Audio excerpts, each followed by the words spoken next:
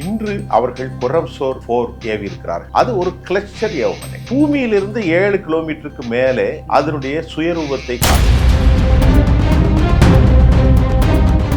அந்த குண்டு கிளஸ்டர் அடிக்கும்போது நெத்தனியாவுடைய சொந்தக்காரன் நெச்சானுடைய சித்தப்பா பெரியப்பான்லாம் பார்த்து அடிக்காது. இந்த கொத்து குண்டுகள் ஏற்படுகிற பயங்கர தாக்குதலில் தான் இஸ்ரேல் இதுவரை காணாத அழிவை சந்தித்துக் கொண்டிருக்கிறது. இதற்கிடையில அமெரிக்காவுடைய அதிபர் டொனால்ட் ட்ரம்ப் 1 மணி நேரமோ அதற்கு மேலோ புட்டினோடு அவர் பேசியிருக்கிற தகவல் மிக மிக முக்கியமான ஒரு புள்ளியை அடைந்திருக்கிறது. போர் குறைவதற்கான நடைமுறைகள் ஒன்றும் இல்லை. அதை போன்று ஈரானுடைய என்வே அவர் சவுதி அரேபியாவுக்கு பறந்திருக்கிறார். சவுதி, யுனைடெட் அரபு எமிரேட்ஸ், கத்தர் 3 நாடுகள் ஈரானையுடைய சமாதானப்படுத்துவது சீனாவை அணுகிறது. அப்ப முஜிதபா கமேனி ராய்க்கு சில காயங்கள் என்ற செய்திக்கு எலிமினேஷன் என்ற பெயரில் முஜிதபாவை தூக்குவதற்கு முயற்சி செய்தால் ஈரானும் அமெரிக்காவும் இன்னும் பெரும் சீரழிவை சந்திக்கும். ரிஃப்ளெக்ட் வாய்ஸ் நேயர்களுக்கு வணக்கம். இன்றைய சிறப்பு நேர்காணலில் நாம் சந்திக்க இருக்கின்ற சிறப்பு விருந்தினர் அரசியல் சமூக திறனாய்வாளர், மூத்த பத்திரிகையாளர் சுஃபியான் அவர்களை வரவேற்று நிகழ்ச்சிக்குள் செல்வோம். சார் வணக்கம். வணக்கம் Nasar. Sir, America Israel Iran போர் தொடர்ந்து பார்த்துட்டு இருக்கோம். நிலைமை மிக மிக மோசமான நிலையை நோக்கி போகிறதாக தான் நம்ம செய்திகளை பார்க்கக்கூடிய செய்திகள் வருது.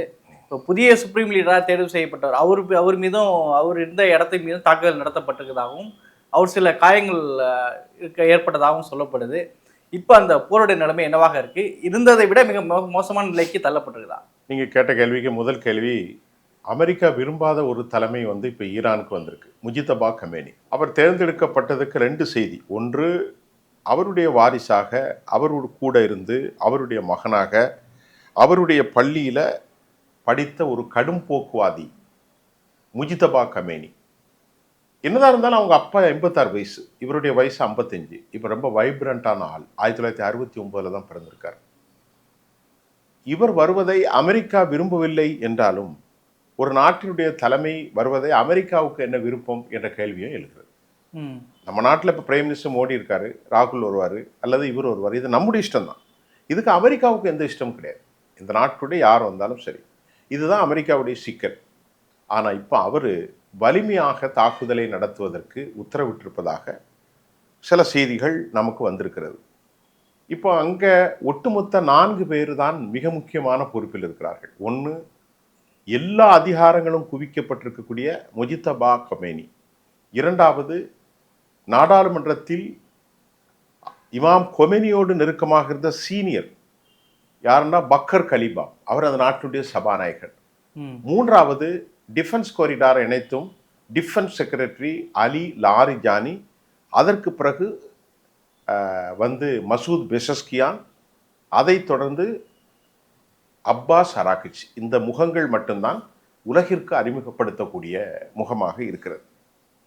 மீண்டும் மீண்டும் சில தவறுகளை அமெரிக்கா செய்யுமையானால் எலிமினேஷன் என்ற பெயரில் முஜிதபாவை தூக்குவதற்கு முயற்சி செய்தால் ஈரானும் அமெரிக்காவும் இன்னும் பெரும் சீரழிவை சந்திக்கப் போகிறது. அதில் எந்த விதமான டவுட்டும் இல்லை. ஏன்னா கேட்டிங்கன்னா, அவங்களுடைய கால்குலேஷன் என்னவென்றால், தலைமைகளை கொலை செய்து விட்டால் நாம் தொடர்ந்து வெற்றி பெறலாம். இது எப்படி வெற்றி பெற முடியும் அவர்களால்? உதாரணத்துக்கு காசாவில் எடுத்துக்கணும். எஹியா சின்வாரை கொலை பண்ணாங்க, இஸ்மாயில் கானியாவை கொலை பண்ணாங்க, முகமது தையீபை கொலை பண்ணாங்க. அப்போ முகமது சின்வார் அவரையும் கொலை செய்தார்கள். இப்படி தொடர்ந்து அதை மாதிரி ஹிஸ்புல்லாவை எடுத்துக்கிட்டா ஹசன் நஸ்ருல்லாவை கொலை பண்ணாங்க, பாத் ஷுக்கூரை கொலை பண்ணாங்க, அலி கராரியை கொலை பண்ணாங்க, இன்னும் ஏராளமானவர்களை காலி செய்தார்கள். இந்த பாலிசி தவறாக அவர்களுக்கு படுகிறது. ஏனென்று கேட்டால், வெட்ட மனம் உருப்படும் மாதிரி ஏற்கனவே 12 நாள் போரில் 12 சயின்டிஸ்டை காலி செய்தார்கள். கிட்டத்தட்ட 30க்கு மேலே தளபதிகளை கை செய்தார்கள். அன்றைக்கு காலை கடந்த 28ஆம் தேதி மார்ச் மாதம் 2ஆம் தேதி பேச்சுவார்த்தை நடத்துகிறோம் என்று இவர்களை நம்பி இருந்து ஒரு 86 வயசு பெரியவரை இன்னைக்கு காலி செய்ததன் மூலம் அமெரிக்கா மட்டுமில்லை, அமெரிக்காவுக்கு வருங்காலம் அவ்வளவு நல்லா இல்லை, அவர்களுடைய தோழமைகளாக இருக்கக்கூடிய அரபுகளுடைய வருங்காலம் அவ்வளவு நல்லா இல்லைங்கிற லெவலுக்கு உருவாயிட்டாங்க. அப்போ முஜிதபா கமேனி நீங்கள் கேட்டீர்கள் போன்று சிராய்ப்பு, சில காயங்கள் என்ற செய்திக்கு உறுதியான எந்த ஆதாரங்களும் இல்லை நம்மிடத்தில். அப்படி அமெரிக்கா அவரையும் எலிமினேட் செய்வதற்கு யூதர்கள் குறிவைத்தால் இதன் விளைவுகள் நிச்சயமாக நல்லா இருக்காது. அது மேலும் மேலும் மேலும் வார் எஸ்கலேஷனை அதிகப்படுத்தக்கூடிய ஒரு விஷயமாகத்தான் இருக்கும் என்று நான் பார்க்கிறேன். இப்ப நீங்க ரெண்டாவது இன்னொரு துணை கேள்வியை கேட்டீர்கள். தற்போது போரினுடைய நிலைமை என்ன? தற்போது வரை போரினுடைய நிலைமை அது எஸ்கலேஷன் ஆஃப் வார் தொடர்ந்து உச்சபட்சத்துக்குத்தான் சென்று கொண்டிருக்கிறதே தவிர போர் குறைவதற்கான நடைமுறைகள் ஒன்றும் இல்லை. இதற்கிடையில அமெரிக்காவுடைய அதிபர் டொனால்ட் ட்ரம்ப் 1 மணி நேரமோ அதற்கு மேலோ புட்டினோடு அவர் பேசியிருக்கிற தகவல் மிக மிக முக்கியமான ஒரு புள்ளியை அடைந்திருக்கிறது. அதை போன்று ஈரானுடைய என்வே அவர் சவுதி அரேபியாவுக்கு பறந்திருக்கிறார். இரண்டாவது, இந்த நாடுகளில் சவுதி, யுனைடெட் அரபு எமிரேட்ஸ், கத்தர் 3 நாடுகளும் ஈரானை உடைய சமாதானப்படுத்துவதற்கு சீனாவை அணுகுகிறார்கள். இன்னும் சில நாடுகள் ஜெர்மனியை அணுகுகிறது. இன்னும் சில நாடுகள் யூரோப்பிய யூனியனில் சில நாடுகளை நாடுகிறார்கள். அப்ப யாருமே அமெரிக்காவை நாடவில்லை. நல்லா கவனித்துக் கொள்ளுங்கள். இந்த இவ்வளவு சீரழிவுக்கும் காரணம் அமெரிக்கா தான் என்கின்ற ஒரு மனோநிலை வந்த பிறகு நாம் ஏற்கனவே பதிவு செய்த மாதிரி இந்த போர் முடிகின்ற போது அமெரிக்காவுடைய ராஜ்யத்தை காலி செய்வதற்கான நடவடிக்கையை தான் ஈரான் செய்கின்றது. ஈரானுடைய விவகாரம் ரொம்ப தெளிவு. நம்ப வைத்து கழுத்தரிப்பதில் யூதர்களும் அதே போன்று அமெரிக்கர்களும் குறைந்தவர்கள் அல்ல. ஏன்னா எங்கிட்ட பேச்சுவார்த்தை நடத்தி கொண்டே இருந்தார்கள். நாம் பேச்சுவார்த்தை நடத்தி அதில் ஒரு பெரிய மோசம் என்னவென்றால், ஏற்கனவே வியன்னாவில் பேச்சுவார்த்தை நடந்துச்சு, ஓமனுடைய புரோக்கரேஜில் சுவிஸில் பேச்சுவார்த்தை நடந்துச்சு. நடந்து கொண்டு இருக்கிற போது தாக்குதல் நடத்துவது எங்கேனோ அது மிகப்பெரிய தவறு. அதுதான் துரோகம், அதுதான் கோழைத்தனம். அதைத்தான் அவங்க சொல்கிறாங்க. கடந்த மார்ச் மாதம் 2ஆம் தேதி தான் நாம் மறுபடி பேசுகிறோம்.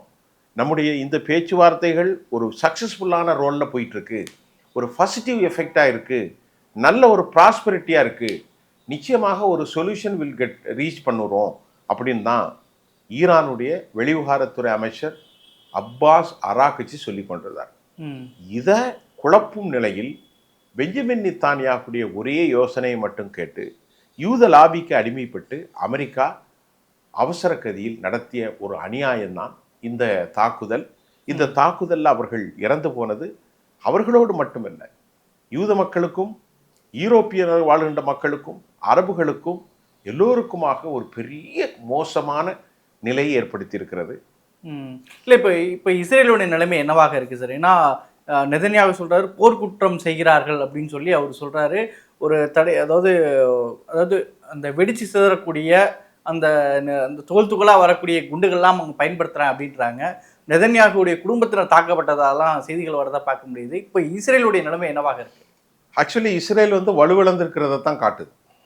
ஏன்னு கேட்டிங்கன்னா, இப்போ அவங்க என்ன சொன்னாங்க, இஸ்ரேலுடைய பேச்சு நீங்கள் பார்த்தீங்கன்னா இது வரைக்கும் கேளுங்களேன், ஒரே ஒரு ஆள் தான் இறந்துருக்காங்க, இல்லை 3 பேர் இறந்துருக்காங்க, இல்லது 7 பேர் இறந்துருக்காங்க, இப்படி தான் சொல்லுவாங்க.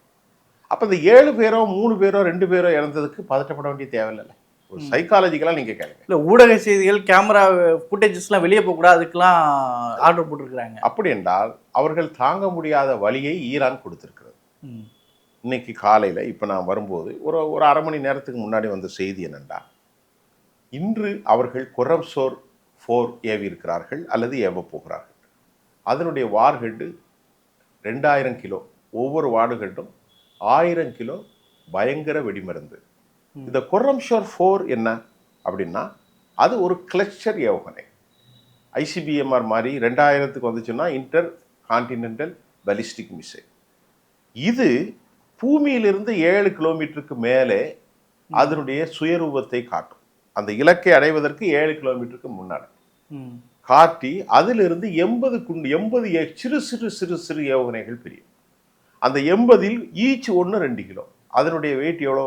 அது ஒவ்வொன்றும் 160 கிலோ கிட்ட வந்துடும். இது என்ன பண்ணுதுன்னா, இப்போ அமெரிக்காவுடைய டிஃபென்ஸ் சிஸ்டம் தாடும் இதுவும் எது பேட்ரியாட்டும், இவர்களுடைய அயன்டோமும் டேவிட் சில்லிங்கும் ஏரர் 2-3யும் ஒரு ஏவுகணையை தடுப்பதற்கு அவர்கள் முதலீடு செய்யும், அதாவது உதவி செய்யும். அந்த ஒன்றை தடுத்தாலும் அதிலிருந்து பிரிகிற 80 ஏவுகணைகளை எப்படி தடுக்க முடியும்? தடுப்பதற்கு சக்தி இல்லை. அந்த ஆற்றல் இன்னும் செயல்திறன் அவர்கள்ட்ட வடிவமைக்கப்படலை. அதனால இந்த கிளஸ்டர் பாம்பு இருக்கு பாருங்க, இந்த கொத்து குண்டுகள் ஏற்படுகிற பயங்கர தாக்குதலில் தான் இஸ்ரேல் இதுவரை காணாத அழிவை சந்தித்து கொண்டிருக்கிறது. இஸ்ரேலுடைய படத்தை பாருங்களேன். வினை விதைத்தவன் எதா இருப்பான்? வினையத்தான். மொசாட் அலுவலகங்களை நோக்கிலாம் தாக்குதல் பண்ணியிருக்கதா ஒரு தகவல்கள் வருது. யாராவது மொசாட்டுடைய உளவு அந்த கட்டடங்கள் நோக்கிலாம் அடிச்சிருக்கதா தகவல். அதாவது இதுக்கு முன்னாடி ஒரு ஆபரேஷன் ஒன்று நடந்துச்சு. உலகத்துல ஹேக்கர்ஸ்ல டாப் மோஸ்ட் வலிமையானவர்கள் யாருன்னா ஈரான்காரர்கள் தான். அவர்கள் இதுக்கு முன்னாடி ஒரு பெரிய நெட்வொர்க் ஆரம்பிச்சு அவர்களுடைய அணு ஆயுத தளங்கள், மொசாத் தளங்கள் எல்லாவற்றையும் தெளிவாக all document have been captured. அது முழுமையாக அங்கிருந்து பறிக்கப்பட்டிருக்கிறது.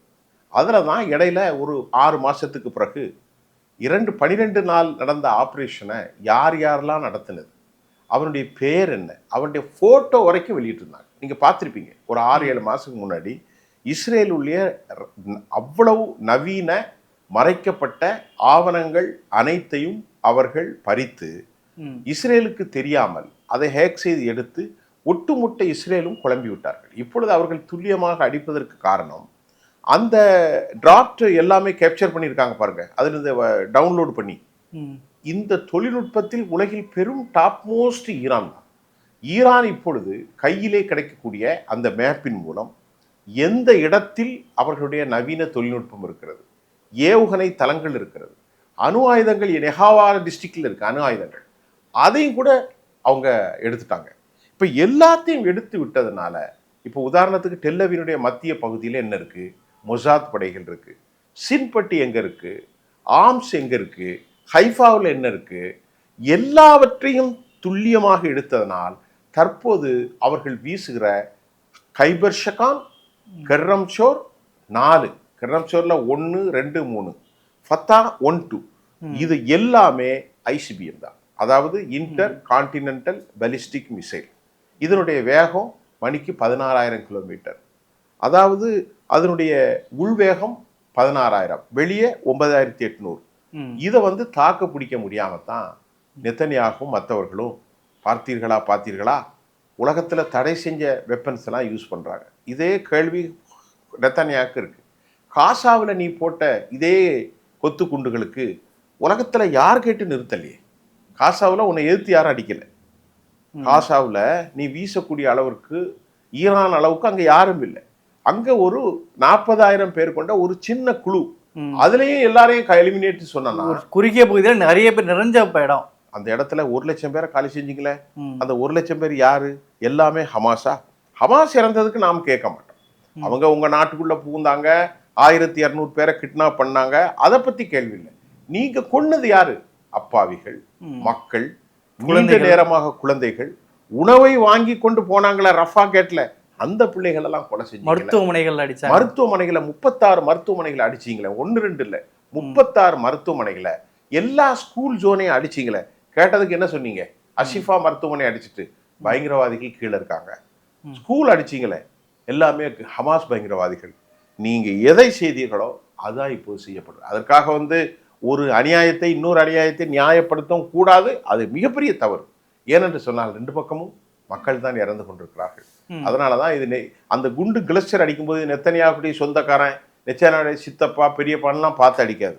அது தாக்குதலை நடத்துகிற போது பல முனைகளிலும் 80க்கும் மேற்பட்ட நிலைகளிலும் அடிக்கின்ற போது அது ஜூஸ் கடையில போய் அடிக்கும் இல்லையா, ஸ்கூல்ல அடிக்கும், எங்கெங்கெல்லாம் அடிக்கிறது.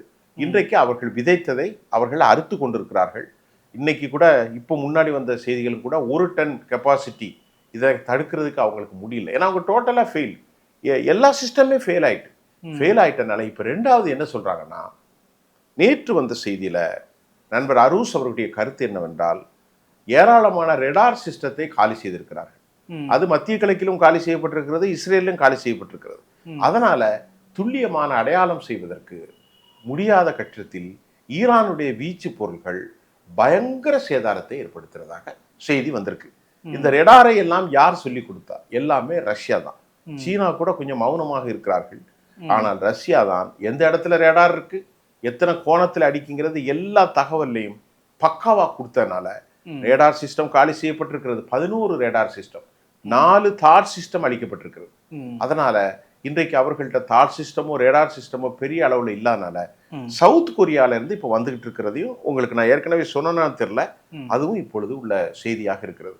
அதனால இன்றைக்கு ஈரான் வந்து ஒரு வலிமையான நாடாக மாறி இருக்கிறது. அந்த நாட்டில் அழிவு நிறைய, பயங்கரமான அழிவு இருந்தாலும் அமெரிக்காவில் விழுந்து மீசையில மண் ஒட்டாம டொனால்ட்